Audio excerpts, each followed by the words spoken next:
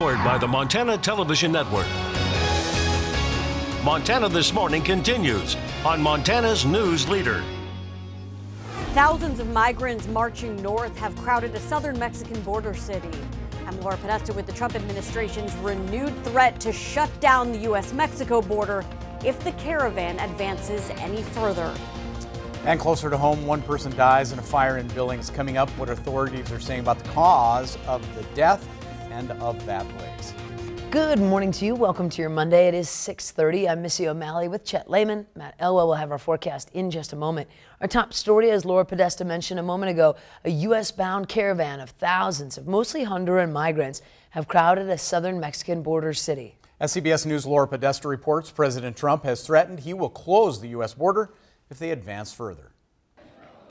Members of the nearly 5,000-person caravan headed toward the U.S. border come from different circumstances. Some say they're victims of gang violence or poverty in their home countries of Honduras and Guatemala. It's very hard because the heat from the sun is getting us tired, but we're warriors. We're going to keep on going.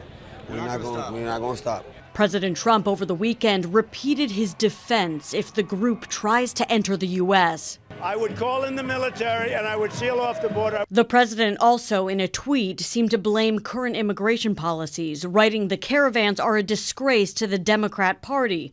Last night, Secretary of State Mike Pompeo released a statement saying, in part, we are deeply concerned by the violence provoked by some members of the group, as well as the apparent political motivation of some organizers of the caravan. CBS News' Adriana Diaz is with the caravan. Those she spoke with explained why they were risking their lives to make this trek. This man simply stating he wants to give his daughter a better life. Laura Podesta, CBS News. Now, Mexico's president-elect says he is suggesting to President Trump that the U.S., Canada, and Mexico jointly tackle migration by investing in development. We'll continue to follow that story. More coming up at 7 o'clock on CBS This Morning. Of course. More sunshine. Yeah, I think today's going to be fantastic. We have plenty of sun on tap for today. Temperatures continue to be on the mild side. Right now, 20s and 30s for most of us.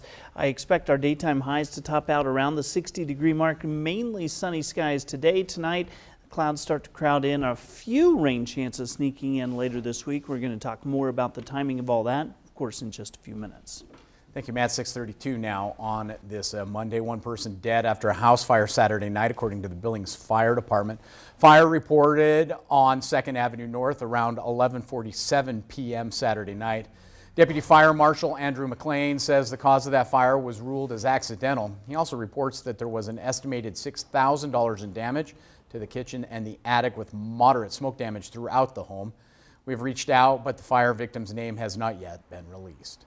Also, a man who has been on the run from law enforcement after a Friday morning double murder in Missoula has been arrested in Missoula County. Sheriff T.J. McDermott says the 27-year-old Jonathan Whitworth was arrested approximately 11:45 a.m. Sunday without incident near the Missoula International Airport. Sheriff McDermott reports that a citizen reported seeing Whitworth riding a bike in the area. Whitworth has been on the run since early Friday after two people were found shot to death at a Missoula motel. People had previously reported seeing him in the Lolo and Stevensville areas. And a Montana State University fraternity punched in their community service hours by cleaning up woodlands near the Bridgers yesterday. MTN's Badaris Babb made it out to the land to find out how the site is keeping the site clean is not only beneficial to the people, but also the wildlife as well. This is an abandoned campsite located at the foothill of the Bridgers. Left behind is a sofa, a mattress, and a broken TV. Bart Mannion is helping clean up the area, which he says was most likely inhabited by the homeless population. And so I really feel for these folks, and to live out here in those kind of conditions, it's not only sad, but I think it's something that we really need to address as a community. At a separate campsite on the same piece of land, a tent, toothbrush, and a metal enclosure spray painted with the words "The Kill Machine" make it dangerous for wildlife passing through. Critters, as they come migrate down out of the mountains during the wintertime, need to have a secure place to bed down and kind of get away from the general population, especially dogs. For years, there was a treehouse right here on the property, but for some reason last year, it came crashing down, crushing a deer that was standing right underneath it. The owner of the property wants to turn close to 7 acres of the land into a wetland wildlife preserve. But first, it must be cleaned up. Luckily, Mannion's son Benjamin, who is a part of Kappa Sigma, decided to get some of his fraternity brothers to put on gloves, grab a trash bag, and help clear out the garbage. It is definitely a bonding experience, no matter how many people we have out here. Just working together makes us closer in the end, I think. A bonding opportunity while making sure no more deer passing through this area are harmed in the future. In Bozeman, Medeiros Babb, MTN News. Now, the owner of the property is currently working with the Bozeman Parks Department to make a land wildlife preserve. Also, vision, dental, and free medical care given anyone who went to the Gallatin County Fairgrounds on Sunday. It was the second day the clinic offered. There was no pre-qualification or identification to take part in the services. Medical professionals performed teeth cleaning, eye exams, even massages. Ashley Walters came with her daughter to get some new glasses. This made her feel welcome to her new community. Yes, I just moved here from Conrad not that long ago, and I never figured something like this would be put together.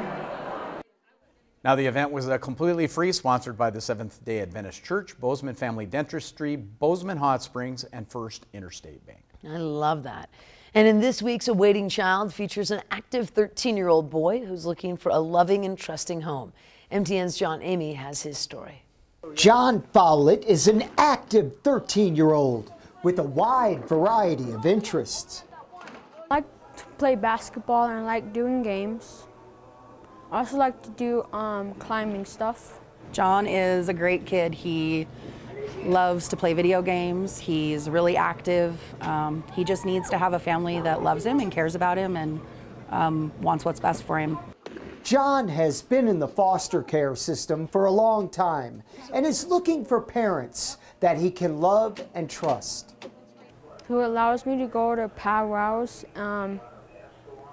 who lets me have my own stuff like my games, and like to trust them. His sponsor believes a two-parent household that can give him one-on-one attention would be best. He needs that one-on-one attention from a loving parent who can pay attention to, the signs that he gives, because sometimes he doesn't express himself when he's struggling, and so they need to be able to cue into that.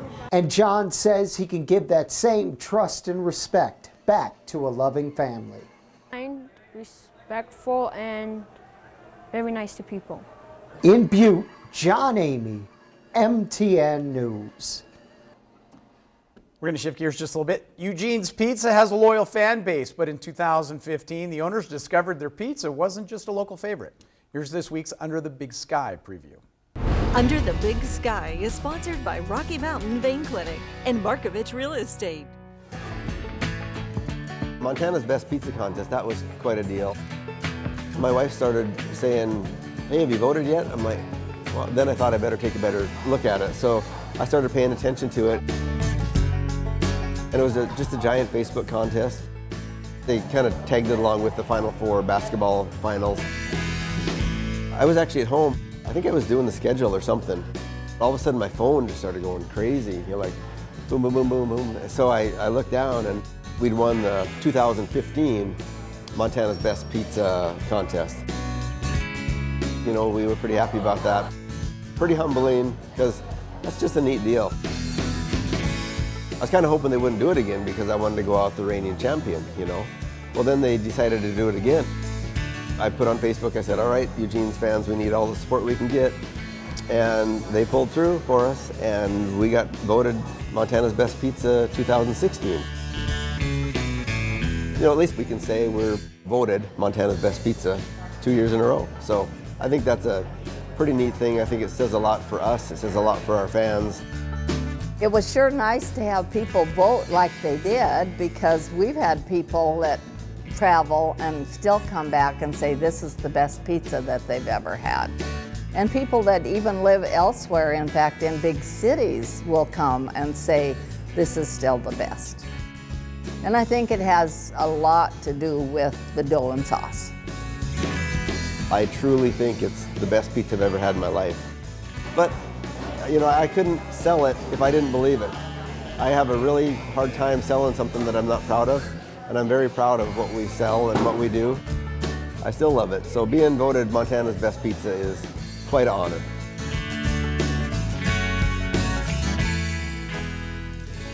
That's a big deal. By the way, visit underthebigsky.com to watch or rewatch all of our stories. We're going to take a quick break here, Missy. When we come back, much more Montana This Morning. Young voters are often accused of being politically apathetic. No shows at the polls. But with enthusiasm high, this midterm election is shaping up to be historic. I'm Mo Lalengi in Washington with a look at what's motivating young voters this year.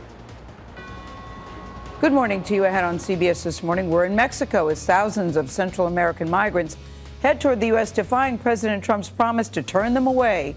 Hear from those who say they're fleeing violence and poverty to gain an education and a better life in this country. And in our School Matters series, how one district is starting a small creative effort to attract and keep quality teachers. We'll see you 7 o'clock.